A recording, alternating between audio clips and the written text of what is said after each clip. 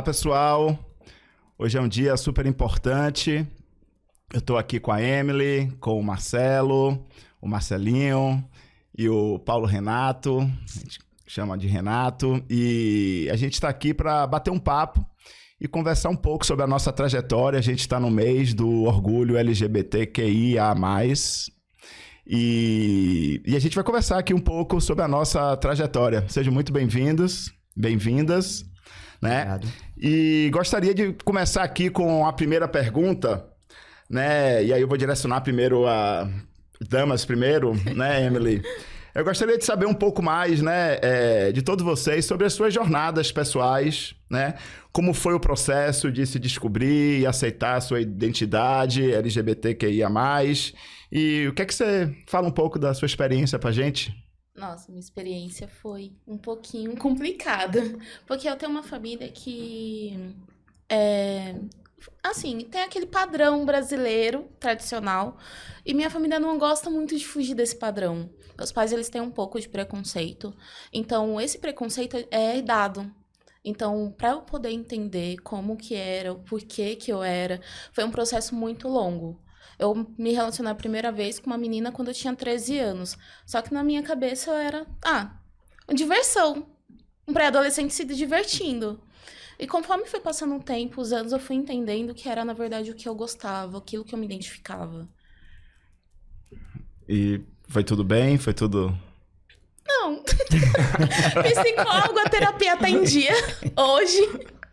Mas é cheio de altos e baixos, né? Querendo ou não, o tempo vai ensinando muita coisa. Quando eu fui falar pros meus pais, eles, até hoje, eles não posso falar que eles não me aceitam, mas eles ignoram essa parte minha. Entendi. Pra melhor convivência também. Entendi. E você, Marcelinho?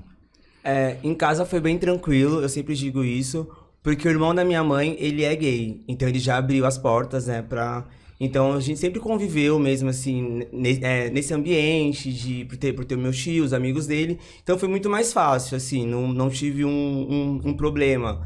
E aí, também, não tive também aquela coisa que todo mundo os pais, pra falar que mãe, sou gay. Isso foi acontecendo naturalmente, assim. Acho que desde muito cedo eles já perceberam, né? Já tava muito nítido. Então, aconteceu muito naturalmente. Então, nunca tive nenhuma barreira, nenhum preconceito. Muito tranquilo, assim. Graças a Deus, eu dei muita sorte na família que eu nasci. É um privilégio, né? É um privilégio. Então, eu não tenho o que reclamar, assim. Foi muito tranquilo. Minha família é uma bênção, assim, em questão a isso. Recebe meus amigos, meu marido, todo mundo. E você, Renato? Bom, eu costumo brincar que eu tive 2 saídas do armário, né? Eu tive 2 saídas do armário. A primeira, eu tinha 17 para 18 anos, quando eu me descobri como uma mulher lésbica. Até acho que pela idade, maturidade, todo o processo, que o pessoal não foi tão simples. Eu era a neta mais nova da minha avó, família tradicional, então, né, como assim? Mas enfim, nada como o tempo, foi se passando. Eu também, é uma coisa que uma vez que a gente se entende, se descobre, é uma coisa que você não consegue retroceder, né? Você não consegue não ser, então é uma coisa que vai acontecendo. E aos 30 anos eu tive a minha segunda saída do armário, né? Que foi quando eu me entendi como um homem trans.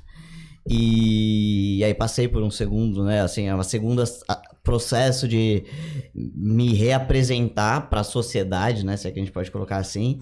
E aí nesse momento já foi um pouco mais fácil no sentido familiar, porque eu já tinha toda uma maturidade, né? Então, aí eu já acho que não tem tanto aquela questão da aceitação, eu já entro na parte do respeito. Olha, tá acontecendo isso, o processo é esse, e é isso, né? Você não espera mais a benção, né? Quando você é criança, que você espera que mais novo, assim, que te validem aquela situação. Obviamente teve todo um processo de muita conversa, muito diálogo dentro da minha casa, com a minha esposa, com a minha filha, mas foi tudo também dentro do possível, muito tranquilo. Eu tive muito apoio, isso né, da minha esposa, da minha filha, eu não tenho nem o que dizer. Que bom. No meu caso, porque eu tô sendo entrevistado, mas também eu quero ser o entrevistador, quero ser o entrevistado também. No meu caso, eu me descobri muito cedo também, aquelas coisas ali, quando você tem 10, 11, 12 anos, né? Os irmãos mais velhos dos meus amigos, levando revista, né? E eu sentia que eu não sentia atração, né, por mulheres. E eu achava que isso era não sei, era uma fase que ia passar. E de fato acontece, né? Você não é fase. Isso é de fato quem eu sou. E aí me vi, né, na minha família tinha um preconceito, né, na sociedade que eu vivia, na Bahia, existia um preconceito. Eu achava que tinha esse preconceito muito grande pelas conversas, por aquelas brincadeiras que as pessoas falavam, e para mim foi muito difícil. Na realidade, eu entendi de eu me aceitar, né? E essa foi a grande sacada, porque no momento que você se aceita, tudo fica mais fácil, Sim. né? Eu percebi que a luta era de mim comigo mesmo. A sua parte interna lutando contra o que você realmente queria. Exatamente. E a gente faz aquelas projeções, né? Do que o outro vai achar, do que o outro vai fazer. O que o outro vai pensar. Exatamente. E aquela questão de você ter uma validação dos seus pais, da sua família, das pessoas que você ama é muito grande. Principalmente quando a gente é mais novo. E eu tinha dos meus amigos, sabe? Era o pessoal muito pegador, aquela coisa, né? De festa. E eu ali, pô, isso não é a minha... certo. Eu não tô... Até gostava de estar ali com a galera curtindo, mas não precisava, sabe? Pra namorar nunca foi o meu ambiente. É engraçado, né? Porque eu acho que dentro da comunidade LGBT a gente tem muito preconceito com pessoas trans dentro da própria comunidade. Então, quando eu comecei, né, a esse processo, eu tinha... Bom, antes de começar, eu já condenava. Eu falava assim, mas pra que precisa disso? Por que ser assim, falando de outras pessoas trans, né? Eu acho que no fundo era uma negação minha, né? De não querer negar, né? Não querer entrar num tema. Mas aí quando eu comecei, né, a abordar o assunto com amigos, eu ouvia muito, mas precisa, mas pra que isso? Agora você também vai fazer tal coisa. Mas enfim, é a maturidade, né? Vou. Por quê? Porque eu quero. Ponto. Porque esse é você, né? Exato. E nada melhor do que a gente estar em paz com a gente. Ficar vivendo um personagem. Eu vejo pessoas que vivem personagens durante 40, 50 anos. Sim. Eu penso, meu Deus, o que essa pessoa viveu, entendeu? Viveu uma farsa, Uma farsa, a vida inteira. E cada pessoa tem uma história única, né? E enfrenta desafios diferentes, né? Ao se assumir. Qual foi seu maior desafio nessa parte, o que você achou mais difícil, né? Porque por mais que alguns aqui a gente tem histórias em casa boas, outras histórias ruins, mesmo em histórias boas a gente tem alguns desafios, às vezes no trabalho, né? Às vezes em alguns ambientes que a gente convive, né? Qual foi seus principais desafios? Como você lidou com esses desafios? Maior desafio foi realmente eu conseguir me aceitar pra mim mesma, porque eu tinha muito aquilo de que era errado, eu não posso fazer isso, eu preciso fazer isso. A maneira certa de se viver é dessa forma. Eu tinha muito isso dentro de mim. Eu comecei a me relacionar com mulheres, eu tinha 13 anos. Eu fui me assumir, aceitar pra mim mesma quando eu já tinha 19. Então... 6 anos, né? 6 anos. E eu era uma criança, eu era imatura. Ainda, né? Todos os dias a gente aprende alguma coisa. A gente tá em processo de amadurecimento cada dia. Mas eu ainda precisava entender quem eu era e eu tinha que me aceitar. Então, os meus amigos, eles falavam, tipo, Emily, se move, se aceita, todo mundo já sabe. E eu tinha muito isso de, não, gente, sou safada. Eu gosto de homem, mas eu sou safada, por isso que eu faço. E foi um processo muito doloroso pra mim, assim, entender que eu não precisava me prejudicar tanto. Passar por tudo isso pra realmente ser quem eu sou. E olhando assim, depois de um tempo, de certa forma foi necessário, mas eu poderia ter facilitado. Eu mesma me prejudiquei. Mas foi um processo, assim, o meu maior desafio também foi a minha maior libertação. Que bom. Que bonito. O meu maior desafio, eu digo, foi na época da escola. Época de colégio é bem complicado, né? Sim. É uma fase, assim, que a gente sofre as brincadeirinhas, as piadas, e aí você começa a repensar, né, se é aquilo mesmo que você quer ir pra escola, você começa a ter desculpas pra não querer ir pra escola. Então, pra mim, meu maior desafio foi ali, porque nessa fase, né, de adolescência, é onde tem aquelas brincadeirinhas, e aí você acaba... Você também não quer levar aquele problema pra casa, pros seus pais, por mais que eu tinha toda essa liberdade, né, por ser uma família bem tranquila, mas você não quer levar isso. Então, o meu maior desafio mesmo, assim, que eu acho que pra mim foi a pior fase, foi a época de colégio. E aí, depois já, a época de faculdade já foi mais tranquilo, por já ser mais velho. Mas colégio, assim, foi a pior fase. E como você lidava com isso, assim, no colégio? Eu sempre ficava no meu canto. Eu sempre andei muito com meninas, assim, né? Tipo assim, as minhas amigas, assim, o meu grupo eram sempre de mulheres. Então, eu, sabe, ficava no meu canto com elas e, assim, então, eu, sabe, evitava o máximo de contato com os meninos, sabe? Evitava o máximo de conversa, sabe? Assim, educação física, tem que jogar bola. Aí eu, Gente, a bola pra mim era quadrada. É onde tava escrito assim, na minha testa. Sim. Eu falava, gente, eu não sei jogar bola. Acho que é o pesadelo da gay adolescente, né? E aí, a aula de educação física. Então, chegava na educação física e falava, meu Deus, eu queria jogar vôlei. Mas o futebol, e naquela época também os professores, sabe, tinha aquela coisa de querer forçar, né? Não vai ter que jogar. E aí, aos poucos, eu fui falando, não é isso que eu gosto, não é isso que eu quero. Mas, assim, o meu refúgio eram as minhas amigas, que por sinal são minhas amigas até hoje, sabe? Eu tenho longas amizades. E elas, sabe, que me defendiam, porque, sabe, na hora de, brincava, brigava, eu sempre corria. Mas foi a pior fase, assim, foi péssimo. E você, Renato? Acho que meu desafio, falando do processo de transição, né? Você tem 2 desafios. Mas eu vou... Sua história é dupla, né? Pra não pegar o podcast aí só pra mim, eu vou... eu acho que o desafio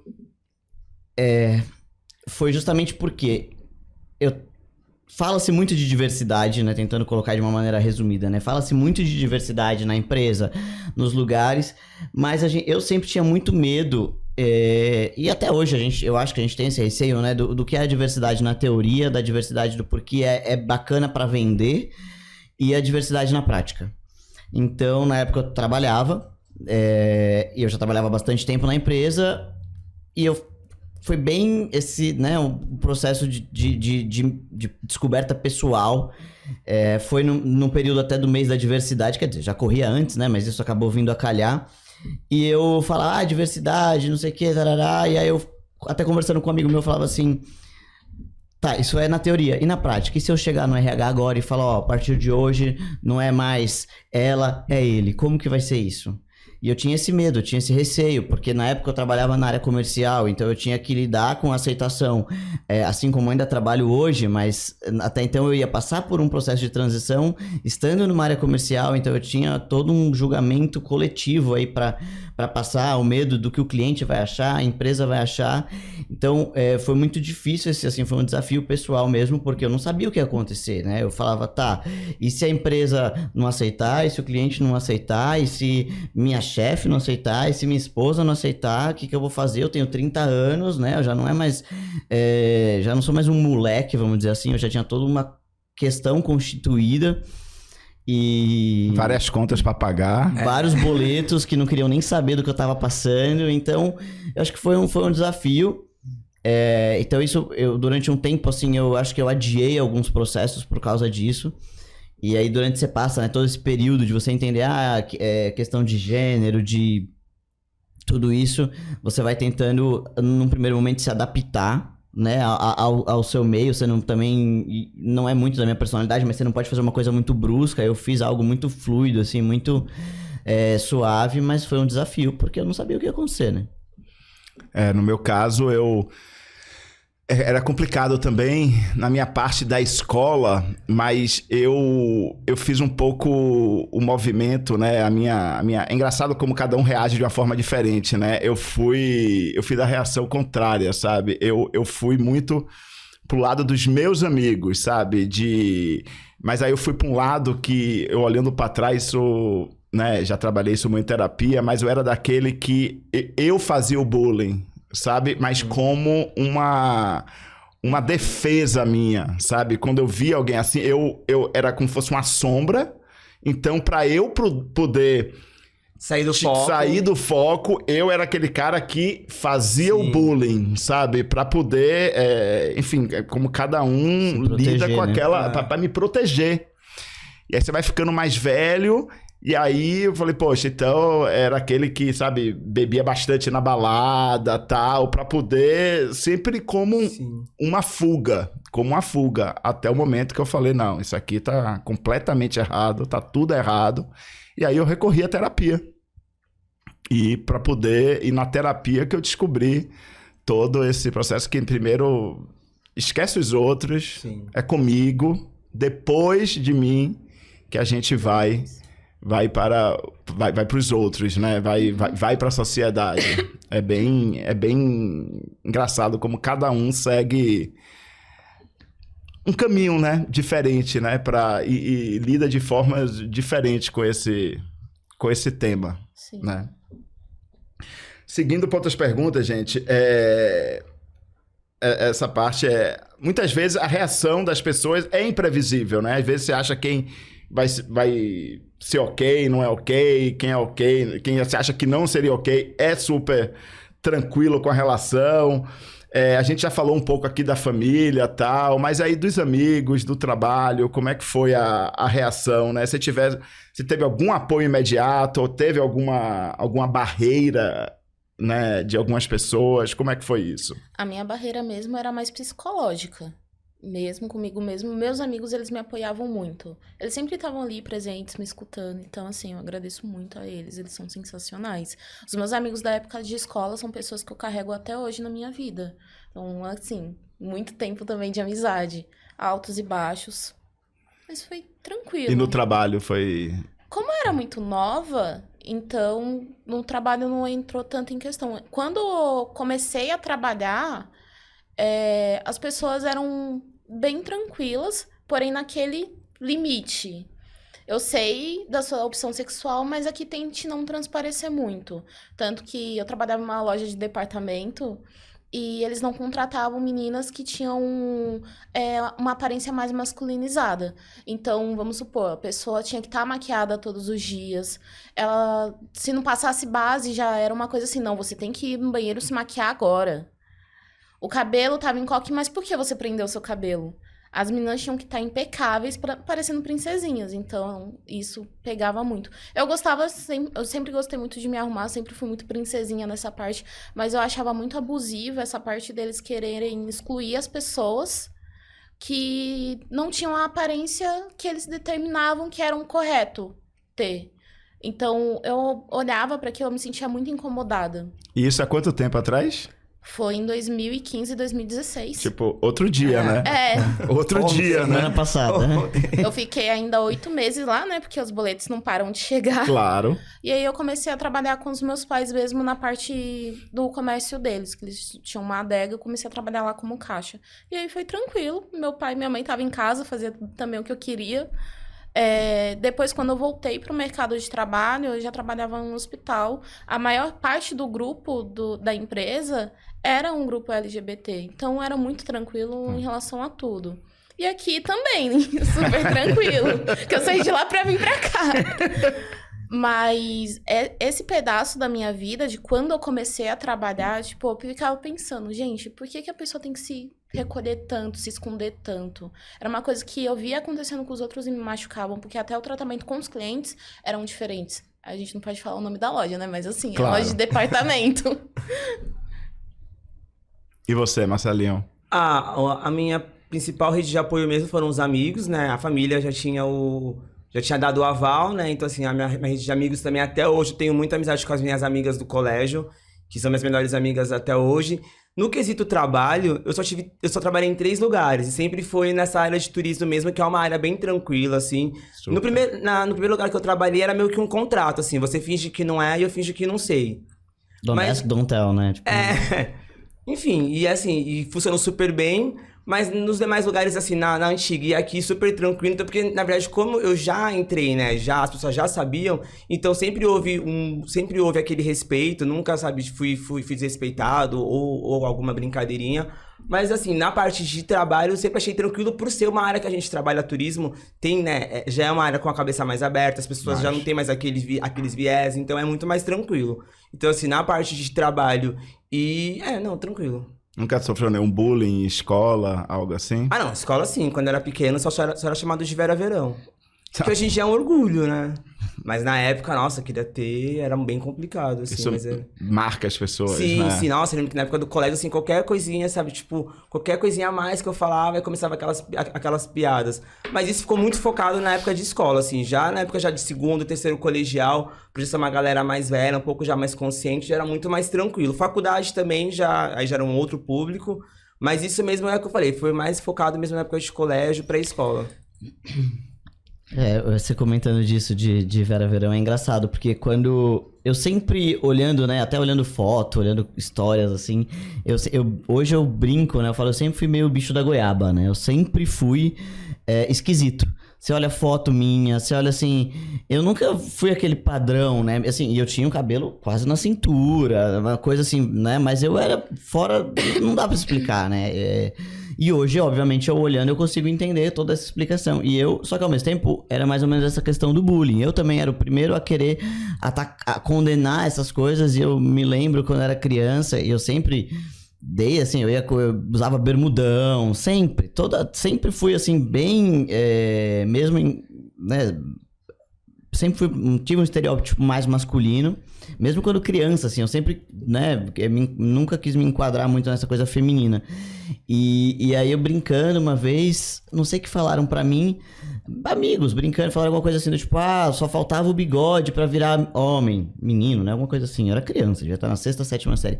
Na hora aquilo me doeu tanto que foi como se tivesse me dado uma facada, mas eu acho que hoje eu consigo entender que no fundo era algo que eu condenava porque eu queria fugir daquilo, enfim, sim, sabe? Mas em relação à barreira, de fato, eu acho que eu sempre fui uma pessoa, desde que eu comecei a entender os processos, seja da orientação sexual, seja da identidade de gênero, eu sempre fui uma pessoa muito tranquila. Eu também nunca gostei de impor. Até mesmo no meu período de transição, e aí é aberto a controvérsias, que eu sei que outras pessoas pensam diferente, mas eu também nunca cheguei e falei assim, olha, Marcelo, a partir de hoje você vai ter que me tratar no masculino e etc, etc. Porque eu entendo que a transição, ela ocorre para todos, né? Quando eu inicio o meu processo de transição, todo mundo que está ao meu redor transiciona junto. Sim. Então eu não posso querer que você que me conhece há 10, 20 anos, 30 anos, do dia pra noite vire o pronome e pronto, acabou. Né? E é muito fácil você identificar quando aquela pessoa está fazendo aquilo de uma maneira intencional para te ofender de alguma maneira. É o que eu sempre digo. Para mim, doía mais a pessoa que virava e falava assim, não importa. Para mim, você vai ser sempre a fulana. Isso pra mim era dolorido. A pessoa errar o pronome, até hoje, se alguém errar o pronome, isso não me ofende. É um pronome. O que é um pronome, né, dentro de um contexto? Agora, a pessoa, né, essas barreiras que as pessoas criam de falar, não, mas não importa. Pra mim, você vai ser sempre a fulana, vai ser sempre aquela menina que eu conheci quando tinha 5 anos. Isso, pra mim, é uma barreira, é um preconceito, porque a pessoa não te dá o espaço de você, né... mas fora isso, assim, eu sempre, por ser muito tranquilo, e eu falo sobre isso muito abertamente, desde quando até então, uma pessoa lésbica, e depois a questão do gênero, por exemplo, eu nunca cheguei aqui, vamos dizer, no meu processo na Conti, que eu em momento algum coloquei, no RH, ou, olha, não, eu sou um homem trans, não. Porque eu gosto muito de dizer que, na verdade, existe o Renato, profissional, pai, casado, etc, etc, que é um homem trans. Isso pra mim é uma coisa que tá lá atrás na cadeia. Então, quando eu converso sobre isso muito naturalmente, mas eu não trago isso como um cartão de visita, né? Eu acho que a minha militância, ela é dessa maneira, é você naturalizar. Então, eu acho que as barreiras, elas se quebram muito a partir do momento que você naturaliza o assunto, né? Você faz ele se tornar algo normal. Então, eu acho que é mais ou menos por aí a questão. Não, eu aprendi. Realmente, quando você...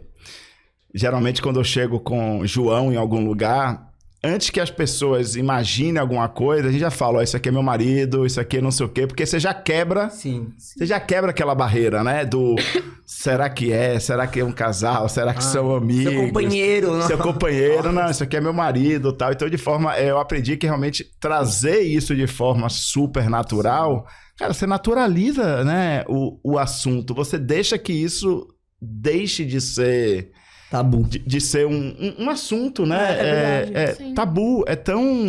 Porque você não dá nem espaço pra isso, né? Pra pessoa imaginar qualquer coisa. Você já apresenta, a pessoa já nem... É muito natural. A gente já apresenta e é muito natural. No meu caso também de novo, parece repetitivo, mas né? Porque é aquela luta da gente com a gente mesmo, né?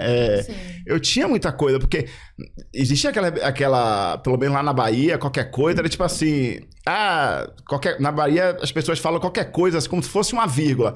Você é viado, pô? Sabe? Aquilo me machucava, porque dá vontade de dizer, sim, sou. E quando eu tive, e depois que eu sair do armário e as pessoas continuam falando assim, porque é como se fosse um jargão baiano, eu falo, sim, sou, e o pessoal, com você realmente não dá pra falar isso. Só que vira uma brincadeira, né? Vira uma brincadeira quando eu falo assim, você naturaliza, porque as próprias pessoas, quando eu tenho amigo que fala, com você não dá pra falar. Com você não, você é outra coisa, né? Eles brincam, né? Eles brincam de... Pô, você é hétero? Porque assim, não, peraí, você tá me ofendendo, né? Não dá, mas é bom quando a gente traz isso pra naturalidade, né? É super, sei lá, eu acho... É libertador. É super libertador. Eu fiz outra pergunta aqui, gente, mas aí a gente pode, né, trazer vários assuntos, né, com relação ao tema, né, mas... eu entendo que hoje, né, as pessoas estão se sentindo mais confortáveis, né, em compartilhar a sua identidade, né, a sua, né, quem você de fato é. E a sociedade, ela aparentemente está se tornando mais inclusiva, né? Eu falo aparentemente porque é o ponto que a gente gostaria de discutir aqui, né? Você tem notado, né, alguma mudança positiva mesmo em relação à aceitação da sociedade? Ou é porque as pessoas hoje tem tanto compliance, né? Tem muito pink money, né? Tem muito pink money, né? Desde junho, principalmente. Não, é incrível, né? Então, assim, eu fico sempre me perguntando, assim, se é, de fato, uma evolução da sociedade, onde as pessoas, de fato, estão aceitando mais... E nas empresas estão se falando mais, ou é mais uma questão de compliance, de lacração, né? Acho que essas coisas se misturam um pouco aí no meio do caminho, né? Qual a sua percepção, Emily? Realmente, eu acho que assim, conforme foram passando os anos, as criações foram mudando, né? Porque aquela história, aquilo que eu recebi do meu pai, muitas vezes não é aquilo que eu quero fazer com o meu filho. Por mais que, assim, meu pai não tá errado, ele fez o melhor do que pôde pra mim naquela época, mas hoje em dia, pro meu filho eu faria diferente. Eu faria uma parte melhor de acolhimento em relação a muitas coisas. Eu vejo que isso tem acontecido em muitas famílias, principalmente famílias que acabaram perdendo entes queridos nesse meio processo todo, porque houve, né? Principalmente na época da ditadura militar, que foi uma coisa assim que foi um marco histórico muito grande. Eu vejo dessa forma. E hoje em dia eu tenho uma irmãzinha caçula, ela tem 11 anos. E ela, assim, a coisa mais fofa do mundo, ela vira às vezes e fala: tem um coleguinha lá na escola que ele gosta de passar gloss, eu vou levar pra ele esse daqui. Então, na minha época, era uma coisa que, assim, não tinha. Era muito vedado. Não, acredito que anos anteriores também eram. Mas, assim, eu acho tão fofo, um cuidado assim. Meu amiguinho gosta, eu vou levar o meu pra ele poder ver como que fica nele. E são coisinhas que vão acontecendo que você vê que a própria criança tá aceitando, porque o preconceito, ninguém nasce com ele. Ele é imposto pela sua criação, pela forma, o ambiente que você vive. Religião também implica muito nisso, de uma forma muito pesada. E, assim, a gente, querendo ou não, somos almas. E a alma em si, ela não tem sexo, ela não tem gênero. Ela tá aqui pra poder fazer evolução. Que lindo. Eu acredito também que tem muito, né, do poder da informação, né? Que hoje em dia, hoje em dia essas crianças, elas têm informação tudo muito mais rápido, né?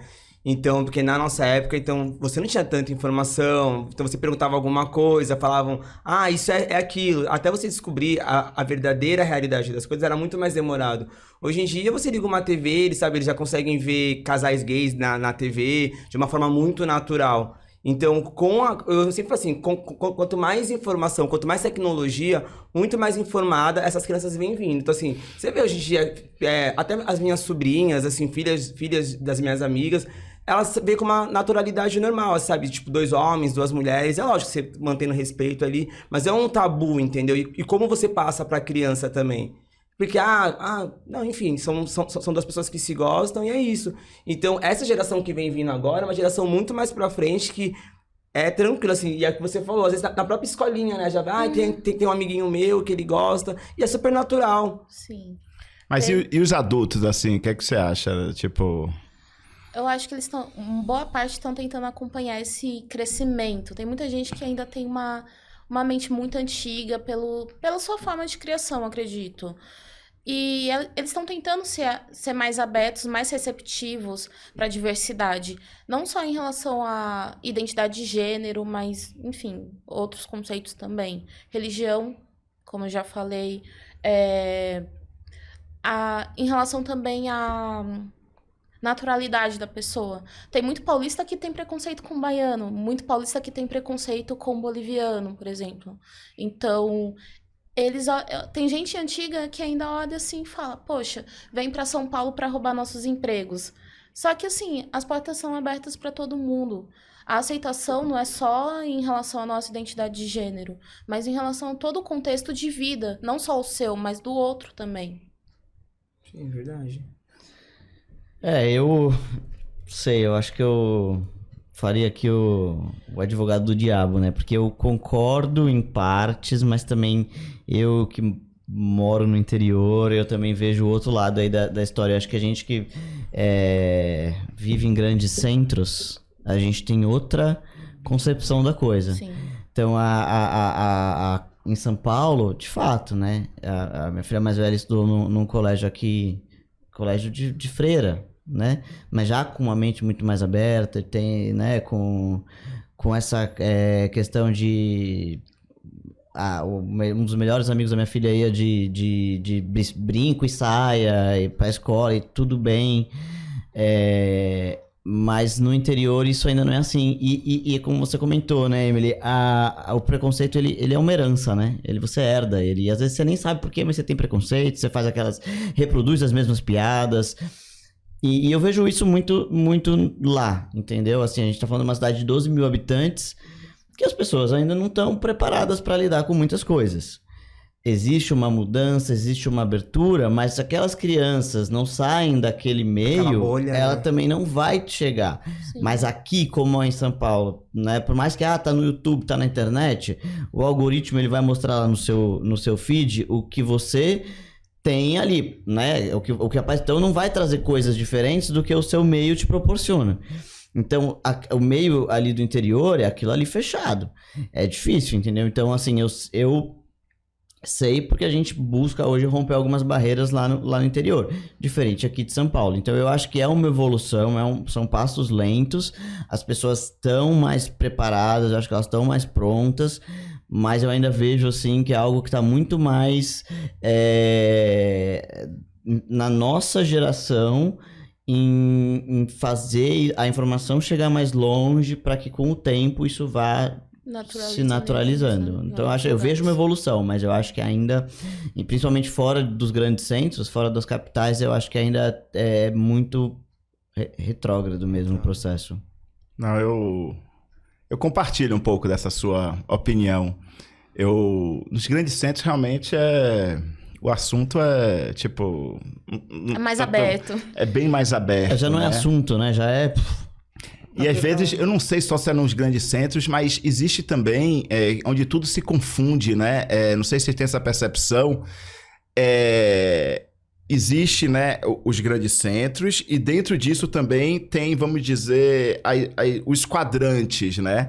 se você é um homem gay, depende da questão financeira, um homem gay, branco, tal, um homem gay...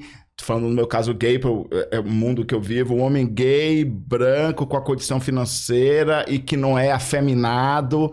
Eu acho que são quadrantes de tratamentos diferentes, pelo que eu percebo, assim, às vezes, que eu percebo muito no discurso. Tipo, eu consigo entender o privilégio que eu tenho de ser um homem gay, branco, que tem uma condição financeira, empresário... E não sou afeminado, pode dizer assim, né? Não tem... Acho que a palavra é essa mesmo, né? A gente tá aqui conversando. As pessoas tratam de uma forma super natural, incrível, inclusivo, maravilhoso. Essas mesmas pessoas que não tô generalizando, mas eu vejo em alguns discursos. Essa mesma pessoa que me trata assim, eu vejo na minha frente falando... não precisa ser assim, né? Porque não pode ser igual a você. Fala assim, porque aquela pessoa é diferente. Sim. Tão simples quanto, porque cada um tem sua história, cada um tem seu jeito. Eu percebo... A forma do tratamento é muito diferente, né? Dentro de tem várias caixinhas dentro de uma caixa, né? Então, se você não tá daquela forma padrão, como a sociedade quer, né? Como eles, como é aceitável, aí você, conforme afeminado, a bicha preta, e aí você começa a ver dentro desse nível que existe uma diferença de tratamento absurdamente, assim, é não nítido. Existe, né?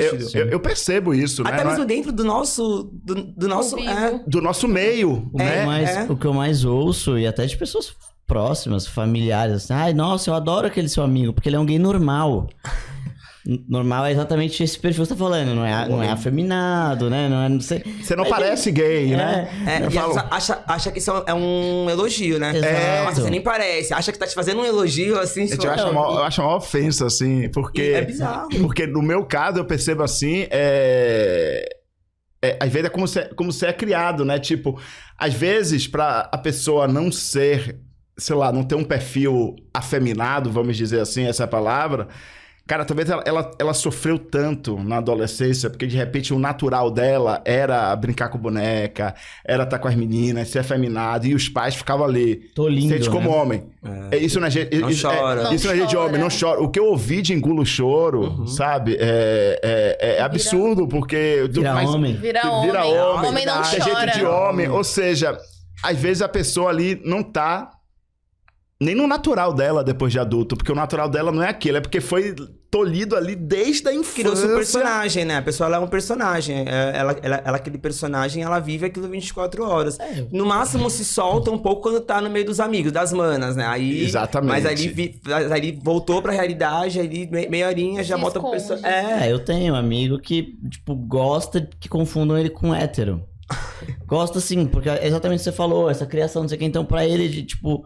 Né? Mas tem muito isso. A mesma questão da pessoa trans. A mulher trans, a travesti, ela tem uma dificuldade social muito grande por conta da questão da passabilidade. Sim. Porque as pessoas têm um preconceito porque... Aí entraria numa questão muito mais além, mas tem a questão da testosterona, né? Por ser um hormônio muito forte, a mulher trans, ela não perde as características masculinas, né? Então a voz, a questão, né? Alguns traços, o gogó, né? O pomo de Adão, enfim, não perde. Então, a menos que tenha-se aí muitos processos, e também não necessariamente a pessoa precisa querer isso, ela pode estar bem da maneira, mas eu digo assim, a questão da que a gente chama de passabilidade, né? Então a mulher trans, ela tem uma passabilidade muito menor, e então isso faz com que a sociedade marginalize ela muito mais, porque ela demonstra ser quem ela é, uma pessoa trans. Eu, por exemplo, acabo me privilegiando dessa passabilidade, porque se eu não falo pra você que eu sou um homem trans, ninguém vai saber. Sim. Então, é muito... Assim, que preconceito que eu vou sofrer? Nenhum, né? Eu digo assim. Então, a sociedade, ela aceita muito bem, contanto que você não demonstre ser quem você é. Sim. Eu concordo 100%. Concordo também. É total. Senão já começa julgamento, olhar de lado, comentário, enfim, né? Mas a gente devagar, a gente chega lá. Inconvenientes também. E a pergunta dos filhos, vocês já receberam? Assim, a gente já evoluiu a ponto de falar assim, quando é que você vai me dar um netinho? Ai, minha mãe, ela às vezes sonha e fala, nossa, vai chegar uma criança nessa família. Minha mãe, ela, não sei, ela abre a boca e realmente nasce. Aí ela fica assim, vai chegar uma criança nessa família. Aí eu fico, de mim não. É de você, mãe? A minha mãe já perguntava, falava, minha irmã já deu 2, tá ótimo. Contente-se com 2. E agora você tem um terceiro, que é um de 4 patas. Gente, mas tá aí, adoção, a gente pode adotar, fazer processo de adoção. Não, pra quem quer, né? A gente também tem que naturalizar isso, né? Não, a parentalidade, ela não é só gestacional, né? Então... O sistema de adoção do Brasil, eu acho ele muito, muito ruim. Assim, a adoção direta aqui, ela é proibida. Então, é uma coisa assim... Adoção à brasileira. Hoje em dia... eu vou te passar. Assim, eu acabei de ganhar, não quero essa criança, você quer? A adoção direta, hoje em dia, ela é proibida aqui no Brasil. E, assim, para você poder adotar uma criança, o sistema de adoção, ele é muito complicado. Então, por exemplo, eu tô na fila para poder fazer a adoção desde o início do ano. Para mim, já é mais difícil porque eu sou solteira. Eu vou me mudar esse ano, mas eu vou morar de aluguel. Eles preferem pessoas que têm casa própria. Por mais que eu vá conseguir lidar com a criança, com o meu salário, assim, tudo certinho, eles preferem pessoas que possuem casa própria, preferem casais. Se eu tivesse... Casais héteros ou casal independente? Independente. Ah, ok. Hoje em dia, então, isso aí é ótimo que já evoluiu um pouco, né? Já abriu um leque maior. Até um tempo atrás não podia. Sim, mas agora já... Sim, e vai na certidão de nascimento da criança com o nome do pai, da mãe, da mãe. Antes não podia. Antes era uma questão assim, vai o nome de uma pessoa e a outra pessoa também faz uma adoção em cima dela. Agora não, vai tipo o nome do pai e nome da mãe, porque senão tinha uma procuração, que a pessoa podia responder como se fosse mãe da criança, o pai da criança. Burocracia. É muita burocracia. Na verdade, agora a certidão ela já não sai nem mais como pai e mãe, ela já é genitor, né? Genitores. E aí vai 2 mães, 2 pais, 3 parentalidades, né? Que tem casos já de parentalidade tripla. Já mudou bastante. Em relação a isso, acaba sendo mais fácil. Mas eu sei que pra mim vai demorar muito porque eu sou sozinha. E por mais que eu mude a minha ficha, ainda você vê dentro dos órgãos um certo preconceito em deixar a criança na mão de 2 mulheres ou na mão de 2 homens. Então... E no seu caso, Renato, como homem trans e com uma filha, você acha que sua filha sofre algum preconceito nesse sentido? Olha, eu acho que não, porque ela tem uma cabeça muito bacana. E eu acho que ela foi uma das grandes apoiadoras do meu processo de transição. As pessoas se espantam, né, por eu ser uma pessoa jovem e ter uma filha de 21, então às vezes o espanto tá mais relacionado a isso, né? E aí assim, não, mas é que na verdade assim, originalmente é minha enteada, mas pra mim não é enteada, né? Depois da nossa trajetória aí, minha filha, e ponto, acabou. E então eu ela não sinto que ela tenha essa, né, muito pelo contrário, ela tem até orgulho, eu acho, assim, sabe, de tudo que a gente passou junto, então ela também tem essa questão. E tem o meu mais novo de 4, que veio por adoção.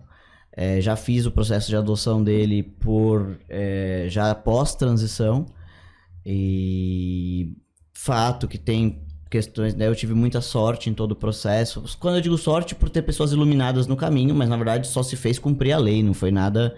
Mas infelizmente, quando você lida com pessoas, você tem vieses, né? Então a pessoa coloca um viés pessoal, ela pode colocar, e às vezes por um preconceito pessoal que ela carrega, ela acaba fazendo um parecer desfavorável, algo assim, né? Isso infelizmente a gente sabe que existe, não deveria, mas existe. Então, não sinto esse preconceito. O pequeno, ele ainda só tem 4 anos, ele ainda não tem esclarecimento do que é uma pessoa trans, mas em casa também a gente sempre trata tudo com muita naturalidade, desde o processo de adoção, o processo de gênero. Então, eu acho que são coisas que você normaliza, né? Exatamente isso. Já não... Tanto que às vezes ele vê uma foto minha antiga, de antes da transição, e ele olha e você pergunta assim, quem é, filho? Ele olha e fala, é o papai. Qualquer pessoa que olhar não vai saber que sou eu na foto. Se eu te mostrar uma foto e não falar que sou eu, você não vai associar. Ele já tem essa... E ele olha e ele fala... E ninguém nunca falou pra ele, é o papai. Só que eu acho que ele olha... Não sei, ele vê os olhos. É aquela questão da naturalidade, Sim, entendeu? da naturalidade. Ele olha e fala, é o papai. Esses dias ele olhou... Nem era pra estar, tá? Por acaso tinha uma foto minha de biquíni no Chromecast. Aí ele assim... eu esqueci de tirar, enfim. Aí ele assim... Eu não tava em casa, eu tava aqui em São Paulo, ele tava com a minha esposa. Mamãe, por que o papai tá de biquíni? Minha esposa... Não, filho, é amiga do papai. Não, mãe, é o papai.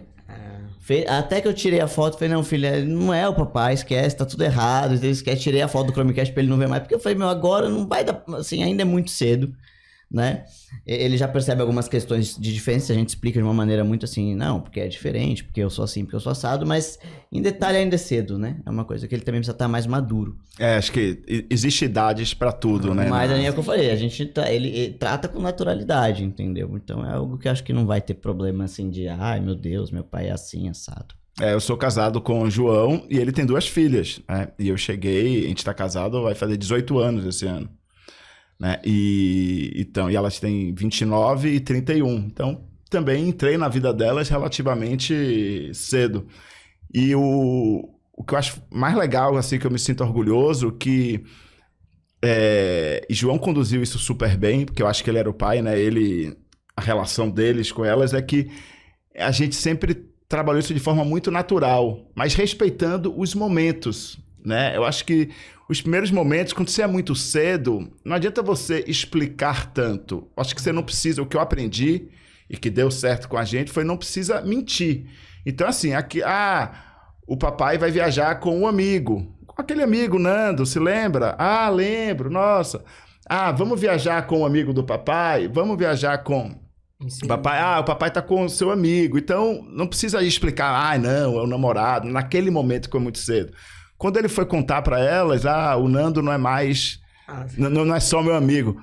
Pai, só contaram pra você. Tipo, ela já... porque foi tão natural. É isso, eu acho que tem que fazer de forma muito natural, né? Que quanto mais você mente, você se enrola, gente. Você se enrola. Você falando isso, Nando, é muito engraçado, porque foi basicamente assim a mesma coisa. Larissa tinha 10 anos, né? Quando eu conheci minha esposa. Então, enfim, eu demorei uns 6 meses pra conhecê-la, e ainda assim... Mas antes de eu conhecê-la, a gente já... Sei lá, porque eu conversava com ela por mensagem, alguma razão, a gente... E, minha esposa falava, é amiga. E aí um dia, a minha esposa, então... Não é amiga. Ai, mãe, eu já sabia. Sabe assim, tipo, como se fosse a coisa mais óbvia. E a gente fica... Não, e a gente fica maculando assim, não. E se falar assim? E se falar... O que é que a gente vai falar? Processo, né? Aquela coisa, A gente se preparando pra aquilo. Eu falei, poxa... 3 meses de terapia. E ela super normal. Até um dia ela foi, né? Com 10 anos. E eu sempre gostei do Bob Esponja. Isso até hoje. Eu gosto do personagem. E aí ela foi... E eu tinha uma camiseta do Bob Esponja, né? E aí ela foi com a minha esposa numa loja de camiseta. Pediu a do Patrick. E aí ela falou pra... 10 anos, criança, né? Falou pra mulher do caixa. Isso aqui é pra eu ficar igual a minha amiga. Aí a mulher da loja, é sua amiga da escola? Não, a namorada da minha mãe. É muito natural, gente. Aí tipo, a mulher só... Porque acho que a mulher ficou pensando, amiga dela, que tem 10 anos, namorada da sua mãe. Tipo, né, não... A conta não tá batendo. Sabe aquele meme da Nazaré, da matemática, assim? Mas é natural, né? Assim, normal. Pra ela era natural. E foi assim tudo, né? Desde aí a transição, a mesma coisa. Ela... Super normal. Ela até falava pra minha mãe, pra minha esposa, o que tem? Tipo, né? E daí? Vai mudar alguma coisa, o gênero? É a mesma pessoa. É tão bom essa geração nova, né? Que vem essa geração questionando as coisas e trazendo... Porque a gente percebeu aqui que o natural, que é o... Fazer as coisas de forma natural, que eu acho que é a melhor maneira. E eles trazem essa... Sim. Eles questionam, né? O porquê não ser natural. Tá tudo certo. Vida que segue, né? E o que é que vocês falariam pra quem tá passando por esse processo, assim? Porque hoje a gente falou isso de forma muito natural, mas ainda tem muita gente que sofre muito, que tem medo, que tem seus traumas. Porque cada um tem sua história, né? Não dá pra gente julgar a história de cada um. Não dá pra gente banalizar alguém que tenha medo, né? Porque a gente não sabe a história Sim, até porque um dia a gente teve nessa posição, Exatamente, né? Não é porque a gente acha que hoje as coisas evoluíram que agora todo mundo... Ai, falei, pronto. é né? isso, não é assim, né, gente? E cada caso é um caso também, né? Tem a criação, né?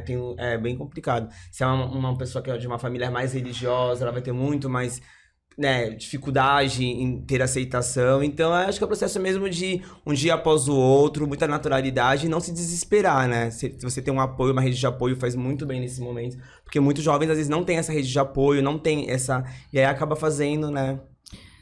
O que eu acho, né, e aí voltando principalmente para a questão de gênero, eu acho que assim, a gente sabe que o país o Brasil, não, o Brasil é o país que mais mata pessoas trans no mundo, a expectativa de vida é 35 anos, eu brinco que eu tô na minha expectativa de vida, eu preciso completar um ano aí pra sair da expectativa depois média. é só bônus, né? Só bônus. E aí é só tô com, né, o que vier é lucro. Mas a gente sabe, então, a violência, essa coisa de e ninguém tem direito de tirar ninguém do armário, de expor ninguém, é respeitar. Mas pra pessoa que tá passando por esse momento, seja de orientação sexual, seja de identidade de gênero, acho que a gente tem que sempre achar um lugar seguro. E a rede de apoio que eu costumo dizer que são aliados, né? Então, eu acho que, por exemplo, a Contique hoje eu vejo como um local seguro.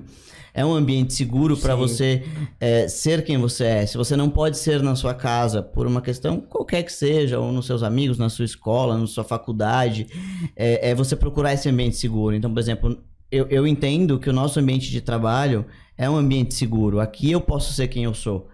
Eu sei que de repente em algum lugar que eu estiver em público pode não ser seguro, eu vou me conter. Eu vou me resguardar, mas aqui é um lugar seguro. Então é você ter esse lugar seguro e construir uma rede de aliados, porque uma vez que você tem esses aliados, então aquela pessoa que é hétero ou que é, né, mas que ela te apoia, que ela tá do seu lado, ela vai fazer com que você transpasse essas barreiras sem ser essa coisa tão isolada, né, que acaba acontecendo. Concordo muito com você e queria até complementar, tipo assim, além de procurar e ter essa rede de apoio, a pessoa começar a entender, confiar nos seus instintos, na sua intuição. Saber que aquilo que ela tá sentindo é uma coisa natural para ela. Que pode não ser pro próximo, o próximo não entenda sempre, mas que vai ser uma coisa natural para ela. E quanto mais ela tentar colocar barreiras nela mesma, pior vai ser o processo dela. Então, assim, ela tentar se olhar com mais amor.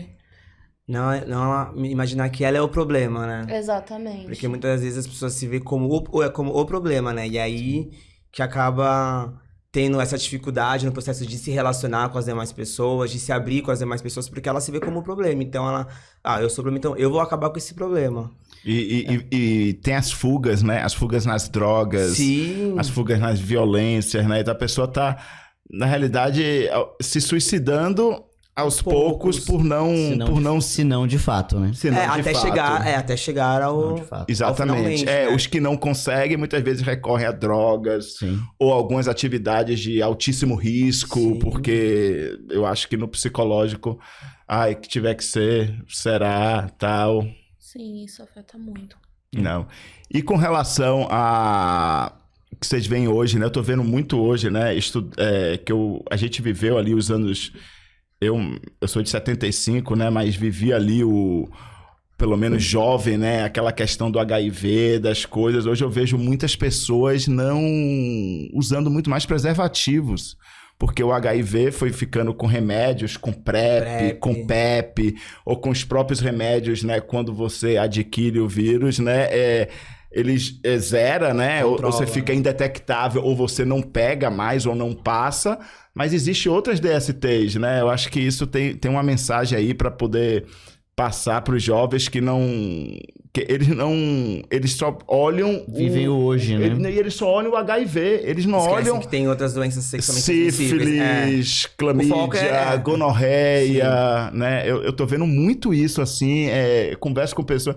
Cara, as pessoas não usam mais camisinha. O PrEP foi meio que assim, né? Eles veem como um salvador. Não, uso PrEP, faço uso contínuo de PrEP, então não precisa mais usar preservativo. E é o que você falou. E não lembra das demais DSTs. Uhum. Mas hoje, assim, eu tava até vendo uma reportagem que um número absurdo cresceu de uso de PrEP, assim, aumentou muito. porque se tornou meio que uma facilidade, né? Eu tomo PrEP, então eu não preciso mais comprar preservativo, não preciso mais usar preservativo, e focando só no HIV. É isso, não. O PrEP, incrível. Que bom que toma o PrEP, Sim. mas Não é só acho isso. que não é só isso. Eu acho que criou-se um conceito, pra mim, errôneo, né? De que, e até saiu até umas matérias há uns tempos atrás sobre isso, de redes de pessoas intencionalmente se infectando com HIV pra ficar livre do risco de ter HIV. Porque é mais ou menos assim, uma vez que eu me contamino intencionalmente, já começo a me tratar e fico indetectável, eu tô tranquilo. Mas é uma, assim, né, gente, é um negócio tão, parece mais, e as pessoas pensaram que, assim, vai muito além disso, né, não é uma coisa... Com certeza. Se você for olhar os cálculos estatísticas, a maior parte das pessoas que se contaminaram com HIV, elas morrem de problemas respiratórios, elas não morrem da própria doença. Porque, assim, no nosso corpo existe uma célula... Ai, minha área. Dá uma aula pra gente agora. A célula que o HIV acaba contaminando é a nossa principal célula de defesa. Então, como a gente é muito mais suscetível a pegar uma gripe e tudo mais, essa gripe vai evoluir, vai acabar se tornando uma pneumonia, porque o nosso corpo fica sem ação, ele fica sem células de defesa. Porque quando for fazer a ativação daquela célula, todas as outras vão estar contaminadas, então ela não vai conseguir trabalhar e vai dar aquele efeito todo de assim, falência de órgãos muitas vezes, pode acarretar um infarto, geração de coágulos no corpo. Então, assim... vai muito além, né? Vai muito além. A fisiopatologia do HIV é um vírus extremamente inteligente. Poucas pessoas falam isso. E, assim, por mais que ele seja assim, a forma de tratamento dele acaba sendo mais complicada, porque aquilo que deveria estar defendendo o nosso corpo é o que está contaminado. Não é um vírus que, assim, de RNA, que ele se muda, é um vírus de DNA, ele é constante. Mas para conseguir realmente uma cura, é uma coisa que precisa muito ainda ser estudada. E no mundo de mulheres gays, se fala muito disso ou é mais questão dos homens e tal? Como é? Assim, não se fala muito. O pessoal não fala muito. Eles não têm aquele cuidado, aquela... É como se não houvesse, né? Como se não IST houvesse. ou DST entre mulheres. É como se não houvesse, a maioria das vezes. E acaba sendo assim. Por muitos anos eu estudei na área da saúde, sou formada em biomedicina. E é uma coisa que me assusta. Porque quando você vai ver a contaminação em si, contaminação cruzada de 2 vírus diferentes, ou então uma bactéria e um vírus, acaba sendo muito mais alta do que o percentual masculino. Acho que os homens eles estão mais conscientes, né, Marcelo? Você percebe isso? Que... Sim. Pelo menos com relação ao HIV, né? Sim, não, muito mais conscientes, muito mais. E aí, agora com a utilização do PrEP, né? A coisa... Mas muito mais, assim, hoje em dia, do que há uns 20 anos, até uns 10 anos atrás, né? Mas hoje em dia você vê que fala-se muito mais disso, né? Em rodas de amigos, não tem mais aquele tabu, né? Porque antigamente tinha aquele tabu, né? Absurdo. Foram 2, vamos dizer, pandemias, né? A social e a do vírus em si, né? Então é um tabu, as pessoas tinham vergonha de falar sobre isso. Hoje já não, já se fala abertamente sobre a utilização do PrEP, de você, como você faz pra pegar, de num postinho, então do dia seguinte, né, que é o PEP. O PEP. Então assim, hoje em dia, assim, por ter muito mais essa informação, então conversa-se melhor, né, do que não ter aquela barreira, eu vou ter que conversar com um amigo meu em particular. Hoje já tem muito mais essa ideia de prevenção. Acho que foi uma evolução muito interessante da ciência e da sociedade com relação a isso. Sim. Mas não podemos esquecer das demais, né? Exatamente, das demais. Exatamente. E também da sociedade. Eu acho que isso muito no nosso meio, né? A gente está mais consciente, né? Mas quando eu converso com amigos, essas coisas, muitas pessoas nem sabem que existe PrEP e PEP. Nem sabem que existe isso. Mas é isso que eu tô falando, é que a gente acaba... Por mais que a gente tente, a gente vive numa bolha. E a gente convive, assim, as pessoas que convivem com você, têm essa informação. Mas você sai do nosso meio, as coisas parecem que... Aí você fala, mas a pessoa tem lá celular pra ficar olhando o TikTok e não sabe que tem uma PrEP. Não sabem, porque a informação não chega. Bolha, né? Entendeu? E é outro planeta ali que não chega a informação, assim, é outro universo. E essas informações, parece que eles focam no mês de junho, isso é muito interessante também falar, no mês de junho, aí tem aquelas chuvas de informação, aí você vê, aí passou junho, aí vamos, né, aí só daqui no outro ano. Ou então em dezembro, que é o mês da luta do HIV. Isso, em dezembro. É junho e dezembro. Junho e dezembro. E aí só esses meses que eles fazem campanha, que eles falam, e aí depois acaba se esquecendo. Por isso que a gente sempre fala que tem que ter uma importância muito maior. Não é só no mês de junho, né? É o ano inteiro. Exatamente. A gente vive o ano inteiro, né? A conversa ela é anual. Não, Né? as coisas elas não param em julho, agosto, setembro, outubro, novembro. Não, né? junho é o tempo inteiro. Eles sabem informação, ativação de marca, na televisão. Aí passou esse mês. As ações afirmativas, né, são importantes? São, pra trazer à tona. Mas uma vez que você traz à tona, você tem que manter em alta, Sim. né? E não, passou, agora eu vou tirar o meu arco-íris do logo e acabou o assunto. Nos vemos ano que vem. Exatamente. Até a próxima. O que estamos fazendo aqui, gente? Estamos aqui no mês de junho. Não, mas brincadeiras à parte, é real isso mesmo. Acho que são tópicos que tem que ser falado, né? Realmente, você, ok, o logo colorido e tudo para chamar a atenção no mês de junho, ok, mas essas outras pequenas ações que você vai conversando, vai trazendo, vai naturalizando, isso é anual, né? Até mesmo dentro da empresa, né? Se você trabalha isso todos os meses, concordo, você tem assim, as pessoas já vão absorvendo mais a informação do que só naquele mês de junho. E aí, não, se você tem, sabe, enfim, todo mês alguma coisa, alguma campanha, algum informativo, isso as pessoas já vai tendo uma assimilação melhor sobre o assunto do que só no mês de junho, só no mês de junho, só no mês de junho. A gente vê muito isso. TV agora tá chovendo. Aí sábado já para, que é 1º de julho, acabou tudo. Aí vamos pro próximo. Aí já tem um mês, né? Aí setembro amarelo, aí entendeu? Outubro rosa. Novembro azul. Sem contar que muita gente esquece de fazer o Acho que julho é férias de todo mundo. Julho é férias. Julho é férias de qualquer assunto. E aí começa. Muita gente esquece de fazer um autocuidado, gente. Não custa nada. Uma vez no ano, uma vez a cada 6 meses, você pegar e ir no médico, fazer alguns exames, uma bateria. Que é uma coisa normal. Quando eu estagiava, eu peguei uma mulher que ela tava com HIV e ela não sabia. Ela contraiu do marido dela que traía ela na rua com prostitutas. Então, é uma coisa que é acarretada, sabe? Querendo ou não, ele faleceu. Poxa. Mas assim, até hoje ela tá viva e ela trata da doença e ela trata com dor. Porque assim, não foi só pegar uma doença grave, mas assim, eu descobri uma traição do cara que me deu os meus filhos. É uma coisa assim que, quando você para pra olhar relatos das pessoas até fora da nossa bolha, é muito doloroso, porque você é uma coisa que você não espera. Sim. Não. Veio o pacote completo, né? Traição. Sim. Pessoal, acabamos por aqui. Obrigado, Emily. Obrigado, Marcelinho. Obrigado pelo convite, pela oportunidade. Nada, Convite maravilhoso. Não, eu acho que é um tema... E vai ficar aqui a dica aqui de a gente poder realmente falar um pouco mais sobre esses assuntos que a gente trouxe aqui, que a gente pincelou aqui, porque é uma boa reflexão. Não só esse, como vários outros assuntos, né? Que a gente hoje tem mês de alguma coisa, mês de outra, mas esses assuntos, eles são anuais. Que bom que já tem esse mês, mas acho que são assuntos importantes. Sim, e obrigado também por manter esse ambiente seguro, né? Como a gente falou, um ambiente agradável, seguro, que faz muita diferença nos dias de hoje.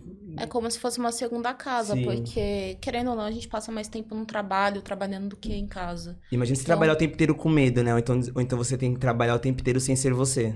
Sim, eu acho que acho que é uma, né, agradecendo e finalizando, eu acho que é uma coisa meio ganha-ganha, né? Eu acho que a gente como pessoa ganha por poder sermos nós mesmos, aí consequentemente a empresa ganha porque ela tem uma pessoa ali inteira produzindo com qualidade. A 100%, porque ela pode ser ela.